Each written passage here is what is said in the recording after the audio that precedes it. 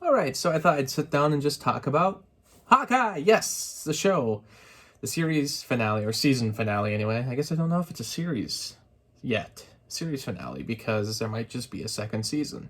I guess I'm not too sure how longer Jeremy Renner wants a part of the MCU or when his contract's going to be up. But it seems like every time he's done with the MCU, they find a way for him to kind of exit out of it. They always find a way to bring him back in. So now he's got this series, and possibly in the future there'll be another season. But I guess we'll have to see what the fan reaction to the show is first, and see if there's really a clamoring for it to come back. I actually really like the show. I dug it. As far as how I would compare it to all the other MCU shows that have come before, I would probably put it right under WandaVision. Loki is still my favorite series of all. I think that's the only one that stayed consistent throughout and really played everything out in a satisfying way. WandaVision would be like a close second to Loki, just for the strange nature of that show and how it really did something that I had never seen done before on television. Just that it didn't really stick the landing in the end, in my opinion. Hawkeye is kind of the same way. And I guess if I were to follow after that, it would be Falcon and Winter Soldier, and then What If. I guess if I'm doing all of the Disney Plus shows that have come out this year, I guess What If would be at the bottom, only because I was annoyed that the finale ended up just being like an Avengers rehash rather than its own unique thing. Even though I thought it was interesting to do like one-off episodes and then have everyone join together in the end. How it kind of tricked us into thinking it was an anthology series, and then it turned out it kind of wasn't. I like that part of it, but I think the Falcon and Winter Soldier was a little bit better than What If. Falcon and Winter Soldier had its own issues. I didn't really like the villain too much, and I've done episode by episode reviews of Falcon and Winter Soldier and WandaVision and Loki. I didn't do it for Hawkeye or for What If. I just didn't find the time to do it, but I thought I would talk about Hawkeye at least, just because I think there's a lot that is worth talking about. I really like the show because it takes place during Christmas, for one, which is really cool, because there just really hasn't been a Marvel property that takes place during Christmas. Iron Man 3 did, but I think it's just like there's something about the spirit of Christmas that I think helps, rejuvenate any franchise, to be honest. It's just kind of nice to have a different backdrop. I mean, look at that poster. Come on, how can you not love it? I feel like right from the trailer, you knew that this wasn't going to be a show that we need to take too seriously. It was going to be a little more of a upbeat kind of show, and I think that was necessary for the kind of characters it introduced. Not necessarily for Hawkeye. It was almost like they picked Hawkeye for the show that would least suit him, just to test the waters, just to kind of mess with people's expectations. But I think it worked. At first, Jeremy Renner didn't even seem like he had much interest in being in the show at all, but I guess it was meant to be what his character was supposed to be. Like, the character itself did not want anything to do with what was going on. But it makes sense because he wants to be with his family. We've already gotten that sense from so many movies before, how he's always just trying to settle down with his family, and then it never pans out. And, with this series, I think it really has a good way of showing how he could just never escape the madness.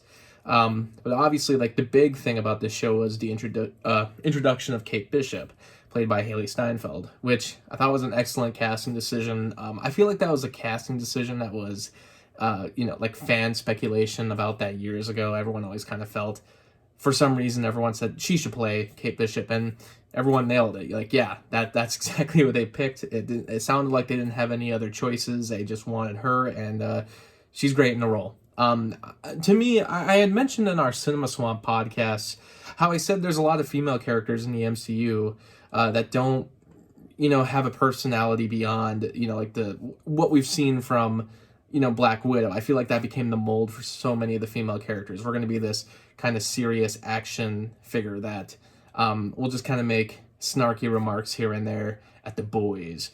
It's an old cliche that I feel like Joss Whedon himself really established in some of his TV shows, and then he brought into the Avengers with Black Widow, and then I feel like that ended up being the mold for a couple other characters that would end up showing up, like Gamora, the Wasp. I just feel like we are kind of seeing the same thing over and over again. Not that they're bad characters, but I just didn't think there was as much variety, whereas with a lot of the other characters, I felt like we were getting like funny ones, but also serious ones, and there was like a better balance. I guess with action movies, it's usually you're going to be kind of serious or kind of funny. point is, overall, I just was like, I think we need a few more like goofy, funny, more towards Star-Lord type of characters for the female side versus just getting more Black Widows, to be honest. And you know what? They really mixed it up this year. A lot of good characters were introduced. Monica Rambeau and Elena, and then Hailee Steinfeld as Kate Bishop is, you know, she's actually the goofiest of all of them, and it really worked. It really worked for me. She has a really good personality, definitely of, you know, this generation. She's supposed to be 22 in the show, so I mean, I feel I can relate to this character in that kind of way. They like totally got that humor and tone of what people that age are like, you know, from my perspective. And I think they really nailed the character, and it's a good character to have alongside Hawkeye, because they just kind of have opposing, you know, ways of responding to events and everything. So I thought it was an interesting dynamic.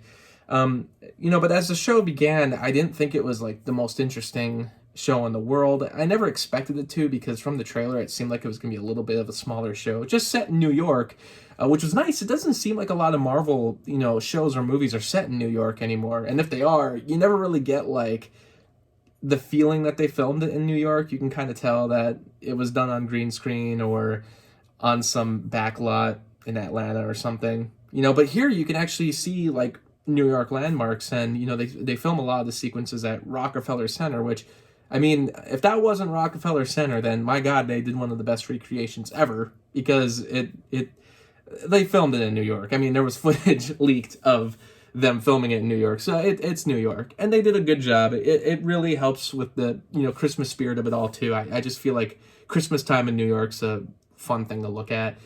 But I gotta say, like, the first few episodes didn't get me too into it, because I didn't really understand what the premise of everything going on was. The first episode really just establishes who Kate Bishop is. We see the events of the first Avengers movie, which I thought was a great way to start it out. I love how they kind of keep calling back to older movies and seeing different people's perspectives. And we see that she experiences Hawkeye, you know, saving people and jumping from the building in the events of Avengers, and it influences Kate's entire life. And a lot of the first episodes just kind of focused on that. So at first I was like, so is this really going to be a Hawkeye show, or is this more of a just introducing Kate Bishop show? I guess it doesn't matter. I mean, if you named the show the wrong thing, then whatever. I mean, they were keeping the focus on Kate Bishop, but it was just weird that it felt almost like they were shoehorning Hawkeye into it, which I didn't feel like was proper. But as the show went on, they started to balance it out a lot more, especially once they joined together. There's some villain introduced early on, the Tracksuit Mafia, which includes Echo, a character from the comics that is newly introduced to this show. They do spend some time to kind of explain her history, and we do see some flashbacks to her childhood. Once you get to the third and fourth episode, you get a lot more of her, and that's when the show starts to really pick up, the third and fourth episode. The fourth episode especially was really good. Get a lot of good stuff from Jeremy Renner in that episode, but we get a better idea of who Echo is also, and what her importance to the show is going to be. And, you know, I heard there was going to be a show about Echo, and I feel like with this series, it didn't do enough to make me care about that character for the future. Like, I can't imagine really, from watching the show, going on and watching an Echo show, like feeling, oh yes, I must go watch the Echo show now. But granted, I'm going to watch it anyway because it's Marvel, and I guess they could do something different with that show to kind of differentiate that character and make it more special and more focused, and, you know, expand upon that character. But here it just felt like a sort of a stand-in villain. There are interesting things about her. I mean, she's deaf. You know, we haven't seen a lot of characters who are deaf in film in general. So to see like a villain who's deaf was an interesting take. It makes, you know, of course, if you got a deaf character, it makes the dialogue scenes a lot more interesting. You know, you get a different language out of it. So it was, it makes for a more compelling angle. I kind of wonder some of the responses to the scenes with the American Sign Language, because sometimes they were doing the American Sign Language, but it would be like out of frame. I understand that, you know, like dialogue, when you say it, sometimes there's dialogue off screen. So realistically, there's going to be American Sign Language that's probably off screen. But I guess I felt like they maybe should have it in frame and you can actually see it all, especially if there are, you know, deaf viewers. I feel like they would appreciate it more then. I know there's still subtitles, but it's like that kind of defeats the purpose. So, but that's more of a nitpick, if anything. And I don't know if there's kind of a general consensus on that anyway. It's interesting. We actually got a deaf character in Eternals also, and there was an episode of Only Murders in the Building that was done entirely like without audible sound, coming, like vocals. It was done with just music and very soft sound effects. Because there's a deaf character in that show too. That episode's actually really great. I was kind of wondering if Hawkeye was going to do an episode like that. It didn't happen, but overall, besides that part of the villain, I didn't really feel like there was a whole lot to the villain that made it compelling. But granted, she's not the only villain. As we go on, it seems like every episode's introducing a new villain because Yelena's back.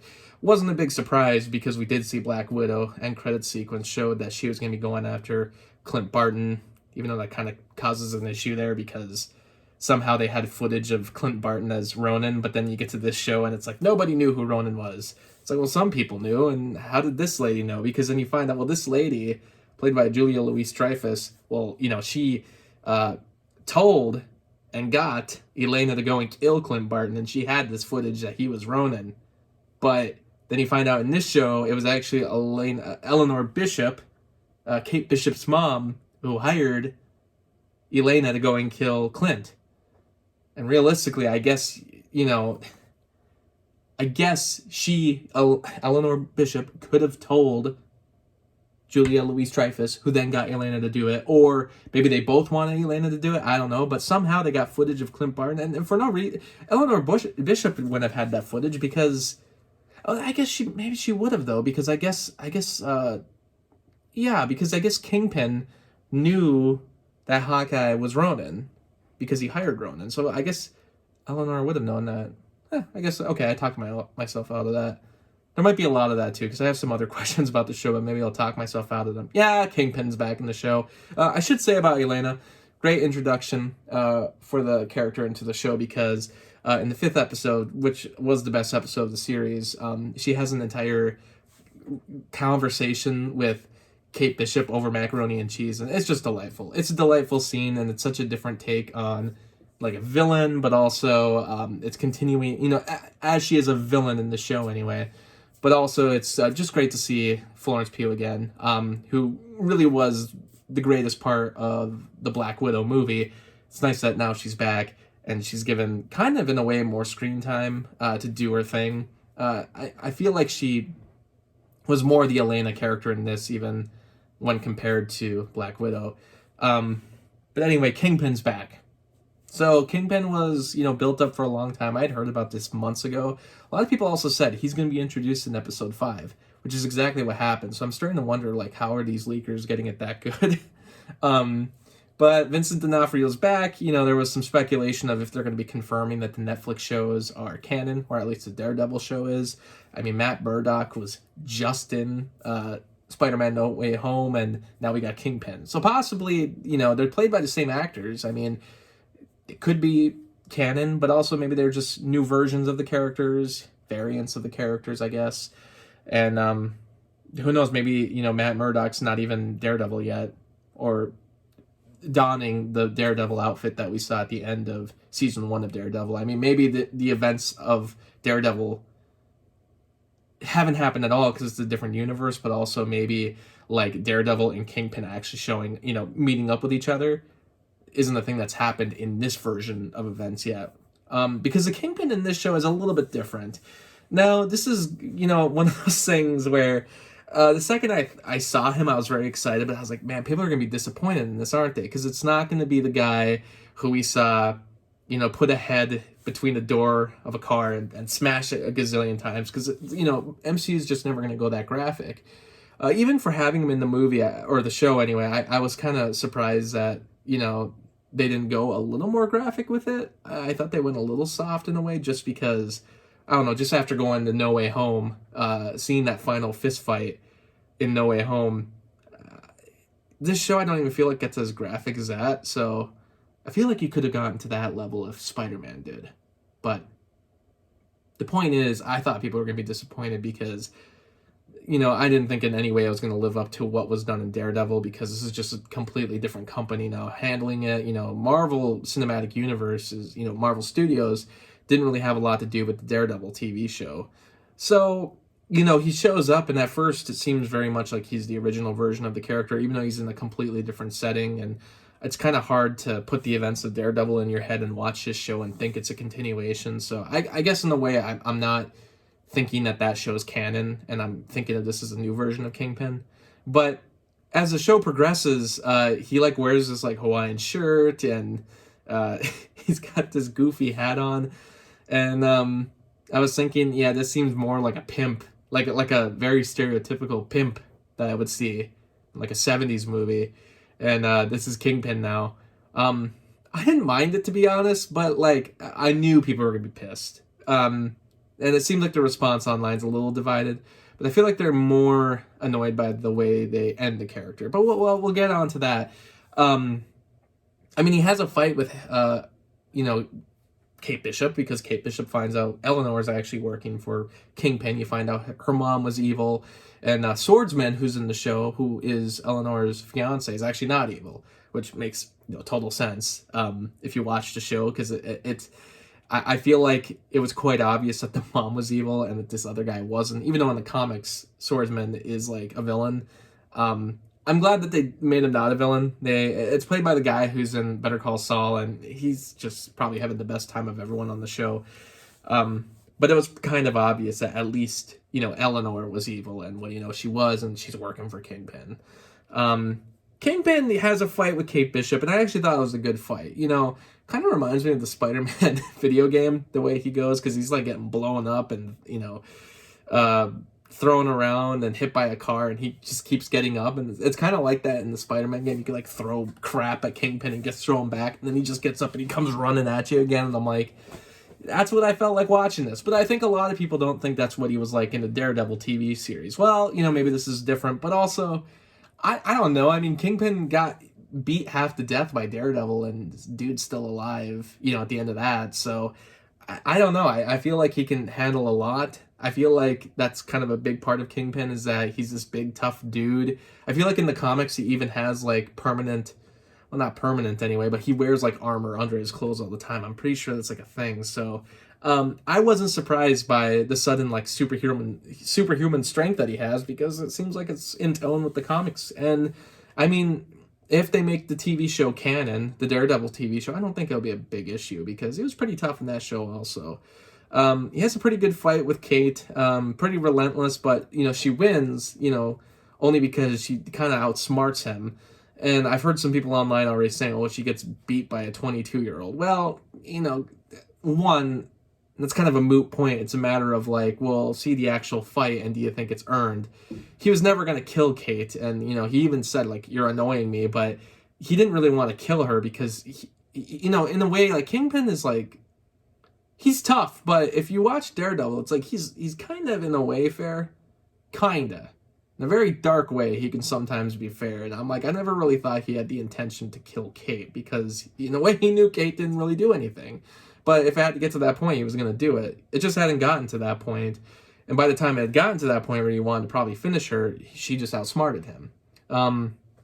So he gets beat pretty badly, and Eleanor gets thrown in prison. I feel like I haven't even gotten to Hawkeye, who is just part of this show and mostly going after this watch, which, we'll get to that. But he just wants to get home to his family. And, there's actually some hearing loss going on with Hawkeye, which, I feel like they tried to add some compelling stuff to him, and a lot of it, works fine enough. But I think the stuff that works the best is him just reflecting on his relationship with Black Widow, his friendship, and how, they've lost her. And he never was really given a chance to reflect on that in Avengers Endgame. And now we get more of a chance at that. He has a confrontation with Elena. The only thing that I had a problem with is I wish it would have been a little more tough. I wish she would have gone a little more all out on Hawkeye, and he would just let it happen. Kind of like what happened in Captain America the Winter Soldier, when Bucky just kept beating on Steve, and Steve was just letting it happen, because, it's just one of those things that it works so well, and I wish they kind of would have done something like that again. But I feel like Elena doesn't really go all out on Clint, And then Clint kind of explains the relationship between him and Natasha, and Elena just buys it. It worked fine enough, but I think it just could have been a little more hardcore, and it would have made the final resolution a little more satisfactory. But yeah, it also ends where like Kingpin gets allegedly shot. I mean, it's shot off screen, so I'm guessing he's not dead. But I mean, if he was really dead, I would kind of call bullshit on that. Like, yeah, that would be kind of stupid to bring a character back from a TV show who is also a very famous like villain in the MCU or in Marvel in general, and then just kill him off right away. I don't know. I don't buy that they would do that. I don't think they did. I think he'll be coming back, but I can see why people are probably going to be disappointed with the way he is in this show, but I don't know if I can go as far as saying it's out of character with the TV show or that it's out of character for the character from the comics. I feel like you could still make it all work pretty soundly, and some people have been pretty nitpicky about it. I still think it really works, but I mean, I could also kind of understand some people's, frustrations with it. So I'll say too, like the thing that really kind of got on my nerves about the show was kind of how it all began, because really it's about the Tracksuit Mafia like breaking into this black market auction where a lot of Avengers stuff was stolen from, the destroyed compound out in upstate New York after the events of Endgame.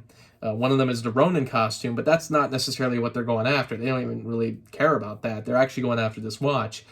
Because of the watch, Hailee Steinfeld puts the Ronin costume on, and that gets Clint out onto the street to go and find her, to find out why someone else is pretending to be Ronin, and that's how he gets thrown into the mess. He tries to help her out, but it doesn't really make sense, because then he finds out about the watch and he's getting worried about it, and he keeps talking to his wife about it. You're kind of led to believe early on that the watch is connected to his wife. Turns out it is. You get to one of the final scenes, and you see that, the watch belonged to his wife. So, okay, so she was part of S.H.I.E.L.D. I believe it said 19 on it, so Agent 19, and God, what was it called? Mockingjay, I think was what everyone was calling her. So it's a reference to her. She previously was with S.H.I.E.L.D., same as Clint. That's probably how they met, and she probably dropped out after they wanted to start a family and such. So, it makes a lot of sense, but what doesn't make sense is why were they going after the watch? I don't know if this is something that I missed or will be detailed in season 2, but why did the Tracksuit Mafia need to go after the watch? I guess the reason would be because they know it's connected to Hawkeye, but why would they care about going after Hawkeye? I guess it would be because Kingpin knows that Hawkeye's Ronin, and maybe he just wanted to leave no traces on the whole, the fact that Kingpin sent Ronin to go and kill Maya's father, Echo's father. But I don't know, that doesn't seem to be it, because I think the Tracksuit Mafia was sent in on this black market deal by Echo herself, I think, because Echo's kind of doing her own thing for a while, trying to go after Ronin without, even telling Kingpin about it. But also it could be Kingpin, but I just don't know why he'd want to try to track down Hawkeye, or what would be the point, really? Like, maybe to blackmail him into being Ronin still? I don't know. But also there's possibly the fact that it was just Eleanor who sent them in on to the black market to kill some of the people. She was at this party, so maybe she was in on it. But again, why are they trying to go after this watch? It doesn't really make sense. Eleanor has no connection to Hawkeye and doesn't care about him until after he meets up with her daughter. So I don't understand that either. And I was also thinking, well, maybe they're just going after the watch because they know it connects to Ronin. Because it's Clint's wife's watch. Maybe they know that, and maybe they know it connects to Ronin, but no one knew that Ronin was Hawkeye except for Kingpin. And yeah, possibly Kingpin sent them there, but I already kind of went over that too, and that doesn't really make sense to me. So the whole point is I don't really understand why they were going after this watch. I don't even understand why that had to be a line of dialogue, because you could have just had them breaking in there and had it give no connection to Echo at first.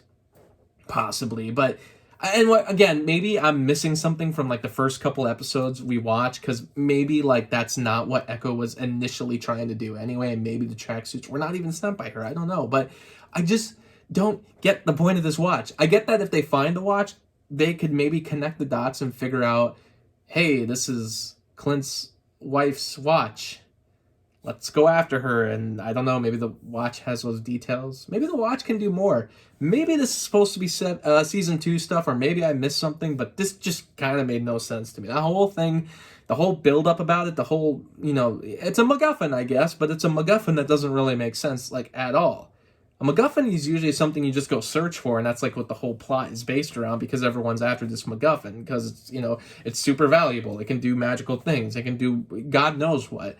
But it never is really used as a way to actually connect with someone at the end of the film. It's like, you don't have the MacGuffin show up and then you find out, and then the MacGuffin is actually this person's, special item. It's their, thing they love the most in life. And the villain knew it connected to the hero before the hero was involved. Like, that's not really how the MacGuffin usually works in films. I mean, usually a MacGuffin is just something everyone's chasing. So they kind of have it both ways in this show, and I just don't feel like it worked. I don't know. It was like a MacGuffin that just made no sense to me.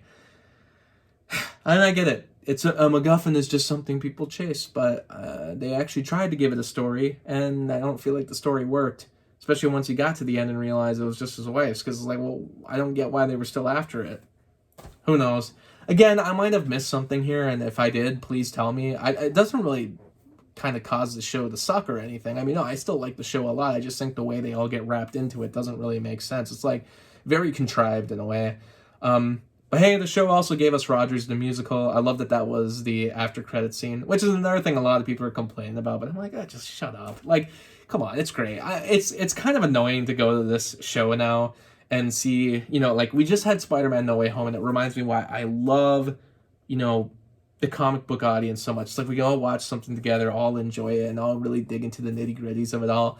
And then we can, and we got everything we wanted with Spider-Man No Way Home. And then we get to something like this, and nobody is happy. Everybody's not getting exactly what they wanted. They wanted a Spider-Man appearance. They wanted Daredevil to show up. They wanted this to lead into the Daredevil show. They didn't want Kingpin to maybe possibly be killed off and wear a Hawaiian shirt. It's like, we can't always get every single thing we want. At the end of the day, there still needed to be a show about Hawkeye and Kate Bishop, who, they made it very clear from the beginning that's who it was going to be about. Kingpin was thrown in there. It was obviously just like a cameo kind of boss villain type of role. And I'm sure they're going to use him in the future. I do not think they would bring him to the movie just to kill him off. Or bring him into the show and just kill him off. Possibly. It's just weird because I feel like I'm hearing a lot of nitpicks about the show already. And overall, I was like, I thought the finale was pretty good. Especially when you compare it to some of the other finales. This definitely had like the same kind of typical third act finale sort of. I was saying about the other finales of the Marvel shows, they follow the same steps as a lot of third acts of Marvel movies, which are typically the worst acts, where it's just a big battle and it can get kind of generic. And I thought that kind of happened with WandaVision. To an extent, that happened with The Falcon and Winter Soldier, and especially with What If, it was like pretty much a rehash of the Avengers movie. But this show, I'm like, yeah, there was a fight, but I also thought the action was a lot better done. I thought the backdrops were a lot better. I thought that New York backdrop was just a much more enjoyable thing to look at. And I thought a lot of the more characters who were fighting, there was just more interesting characters that were all involved entirely. Like Elena is great. Kingpin is great. Kate Bishop's great. Hawkeye is great. Tracksuit Mafia, not really.